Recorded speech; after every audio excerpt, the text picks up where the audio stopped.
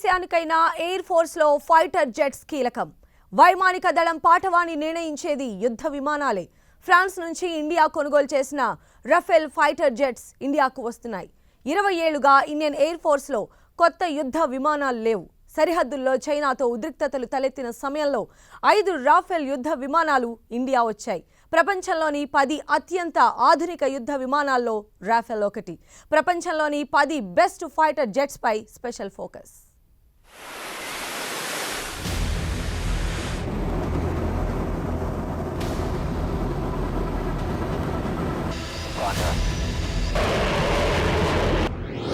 Lockheed Martin కు చెందిన F-35 lightning II ప్రపంచంలో number 1 fighter jet. 5th generation multi role fighter. ప్రపంచంలో ఇది ప్రముఖమైనది.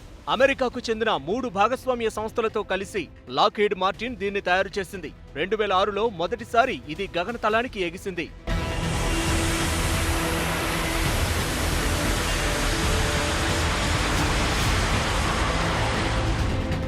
ఇందులో 3 రకాలున్నాయి. సాంప్రదాయంగా టేకాఫ్ ల్యాండింగ్ చేసేది ఒకటి, కొద్ది దూరంతో టేకాఫ్ ల్యాండింగ్ చేసేది మరొకటి, ఏకంగా నిట్ట నిలువుగా టేకాఫ్ ల్యాండింగ్ చేసేది మూడోది. అమెరికన్ నేవీ ఎయిర్ ఫోర్స్ లో ఉన్న 5 రకాల యుద్ధ విమానాల స్థానాన్ని ఇది భర్తీ చేస్తుంది. Lockheed Martin F-35 lightning II single seat fighter jet. అత్యాధునిక ఆయుధాలు మోసుకెళ్లే వ్యవస్థలు ఇందులో ఉన్నాయి.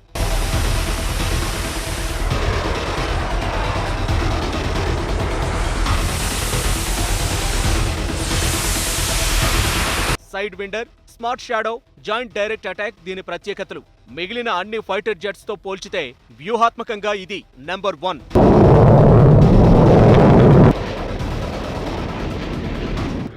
F-22 రాఫ్టర్.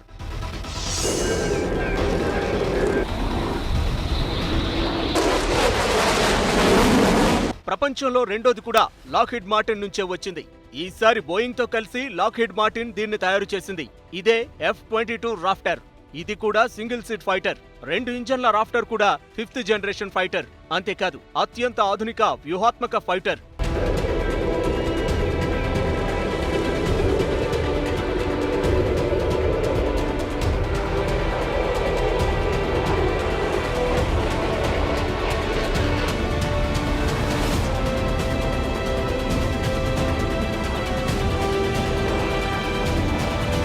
స్టెల్త్, ఇంటిగ్రేటెడ్ ఏవియానిక్స్ కలిసి దీన్ని సూపర్ పర్ఫార్మెన్స్ ఫైటర్ గా నిలబెట్టాయి. అమెరికన్ ఎయిర్ ఫోర్స్ లో ఇది multi mission fighter aircraft గా విధులు నిర్వహిస్తోంది.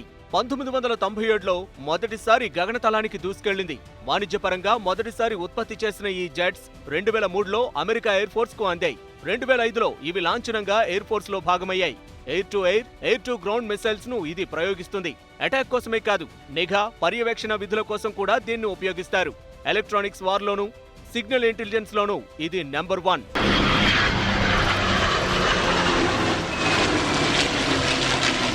Chengdu J-20.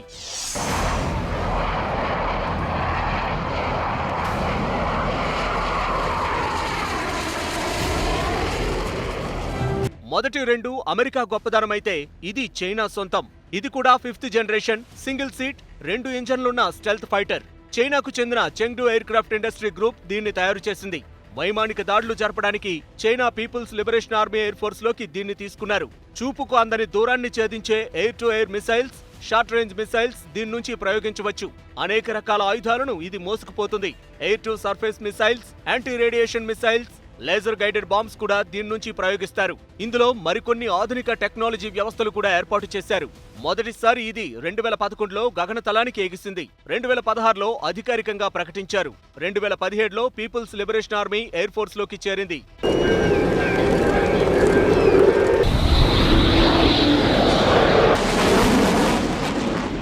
Sukhoi Su-57.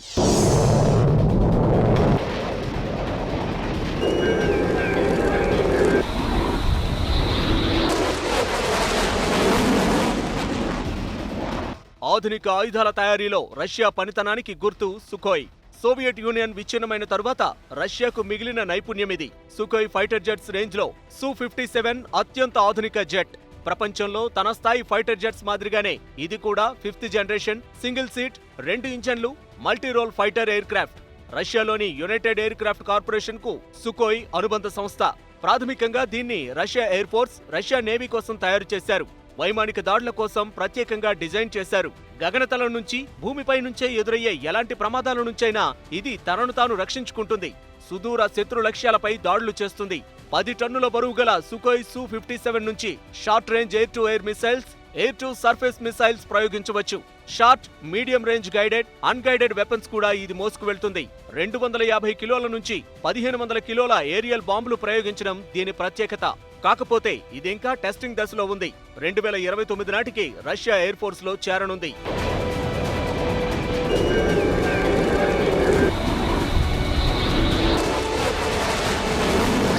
యూరోఫైటర్ typhoon.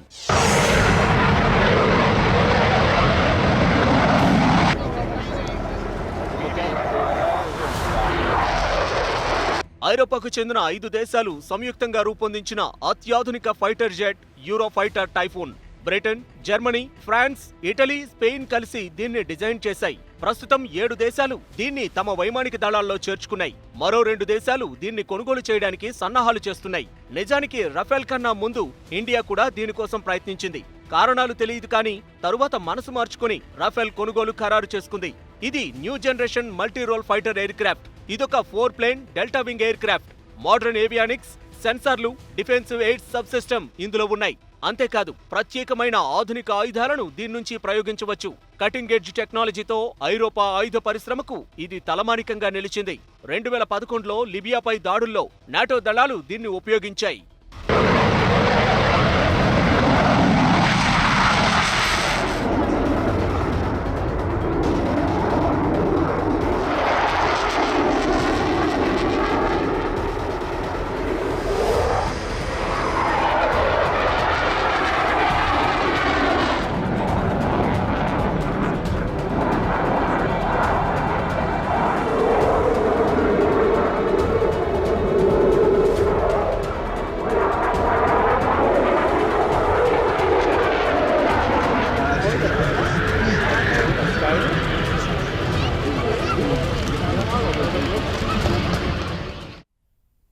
Technology అభివృద్ధి చెందే కొద్దీ యుద్ధం తీరుతెన్నులు మారిపోతున్నాయి. యుద్ధంలో టెక్నాలజీ పాత్రకు ప్రాధాన్యం బాగా పెరిగింది. ఎక్కడో కూర్చుకొని మరెక్కడో సుదూర ప్రాంతాల్లో ఉన్న శత్రు దేశపు లక్ష్యాలను ఛేదిస్తున్నారు. ఆధునిక యుద్ధంలో వైమానిక దళానికి ఉన్న ప్రాధాన్యత చాలా ఎక్కువ. ఆర్మీకి, నేవీకి కూడా ఎయిర్ ఫోర్స్ దన్నుగా నిలుస్తుంది. అందుకే ఎప్పటికప్పుడు కొత్త ఫైటర్ జెట్స్ పుట్టుకొస్తూనే ఉన్నాయి. ఫైటర్ జెట్స్ తయారీలో ఇప్పటికే అమెరికా, ఐరోపా దేశాలు, రష్యా ముందున్నాయి. 10 ఏళ్ల క్రితమే చైనా కూడా ఆ క్లబ్లో చేరింది.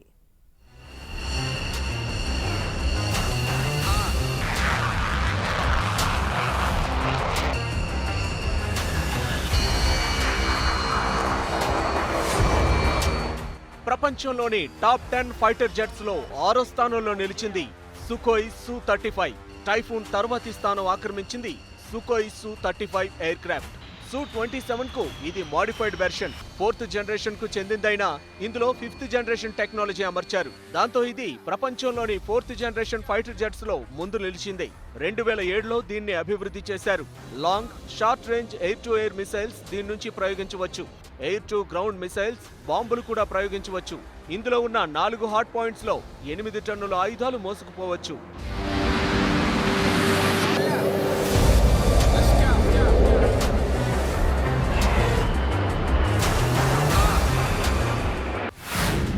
Boeing FA-18EF Super Hornet next generation multi role strike fighter సామర్థ్యం దీని సొంతం. అనేక సార్లు తన సామర్థ్యాన్ని నిరూపించుకుంది. పాత హార్నెట్ ను మరింత అభివృద్ధి చేసి దీన్ని రూపొందించారు. అమెరికా, ఆస్ట్రేలియా దీన్ని ఉపయోగిస్తున్నాయి. ఆఫ్ఘన్ యుద్ధంలో, ఇరాక్ యుద్ధంలో ఇది తన పనితనాన్ని నిరూపించుకుంది. ఆర్మీకి మంచి దన్నుగా పనిచేస్తుంది. ఇందులో ఆయుధాలు మోసుకుపోవడానికి 11 స్టేషన్స్ ఉన్నాయి. వీటిల్లో రకరకాల ఆయుధాలు తీసుకుపోవచ్చు.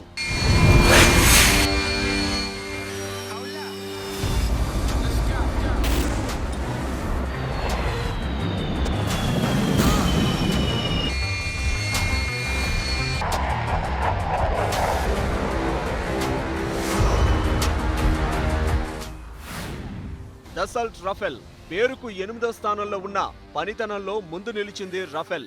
ఇది 2 ఇంజన్ల multi role fighter aircraft. గగనతలంలో ఆధిపత్యం సాధించడం దీని ప్రత్యేకత. సుదూరంలో ఉన్న లక్ష్యాలను గురితప్పకుండా ఛేదిస్తుంది. దీని నుంచి అణ్వాయుధాలు కూడా ప్రయోగించవచ్చు. నిఘా పర్యవేక్షణలకు కూడా దీన్ని ఉపయోగిస్తారు. ఫ్రెంచ్ ఎయిర్ ఫోర్స్, నేవీ దీన్ని ఉపయోగిస్తున్నాయి. ఆధునిక ఏవియానిక్స్, స్మార్ట్ సెన్సార్ సిస్టమ్ దీని సొంతం. దీని నుంచి 30mm cannons, air to air, air to ground missiles ప్రయోగించవచ్చు. అణుబాంబులు, యుద్ధ నౌకల విధ్వంసక క్షిపణులు కూడా దీని నుంచి ప్రయోగిస్తారు. అనేక రకాల క్షిపణులు, బాంబులు కూడా దీని నుంచి ప్రయోగించవచ్చు. 2002లో ఇది ఫ్రెంచ్ ఎయిర్ ఫోర్స్ లో చేరింది. ఆఫ్ఘాన్, లిబియా, మాలి యుద్ధాల్లో ఇది పాల్గొంది. 3 రకాల్లో ఇది లభిస్తుంది.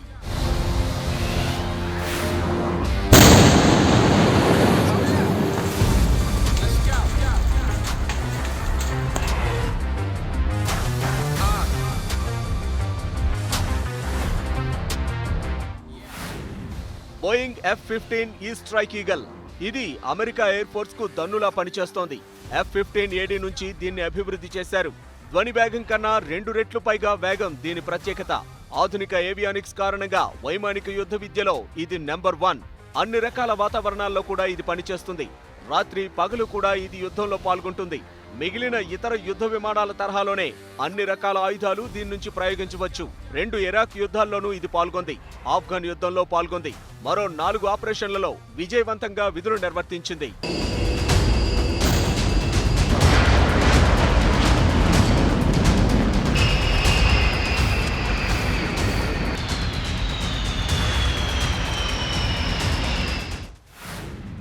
పది ఫైటర్ జెట్స్ లో చివరి స్థానంలో ఉంది Su-30 MKI. ఇది 2 సీట్ల long range multi role fighter. Indian air force దీన్ని ఉపయోగిస్తోంది. రష్యాకు చెందిన సుకోయ్ దీన్ని డిజైన్ చేసింది. సుకోయ్ లైసెన్స్ తో హిందుస్థాన్ ఏరోనాటిక్స్ లిమిటెడ్ దీన్ని అసెంబుల్ చేసింది. సుకోయ్ రూపొందించిన మొదటి యుద్ధ విమానం Su-30 MKI 2002 నుంచి ఇండియన్ ఎయిర్ ఫోర్స్ దీన్ని ఉపయోగిస్తోంది. దీనికి చెందిన విడిభాగాలు 6 దేశాలకు చెందిన 14 కంపెనీలు సరఫరా చేస్తున్నాయి. బ్రహ్మోస్ సూపర్సోనిక్ క్రూయిజ్ మిసైల్స్ ను ఇది మోసుకుపోతుంది. అనేక రకాల బాంబులు దీని నుంచి ప్రయోగించవచ్చు.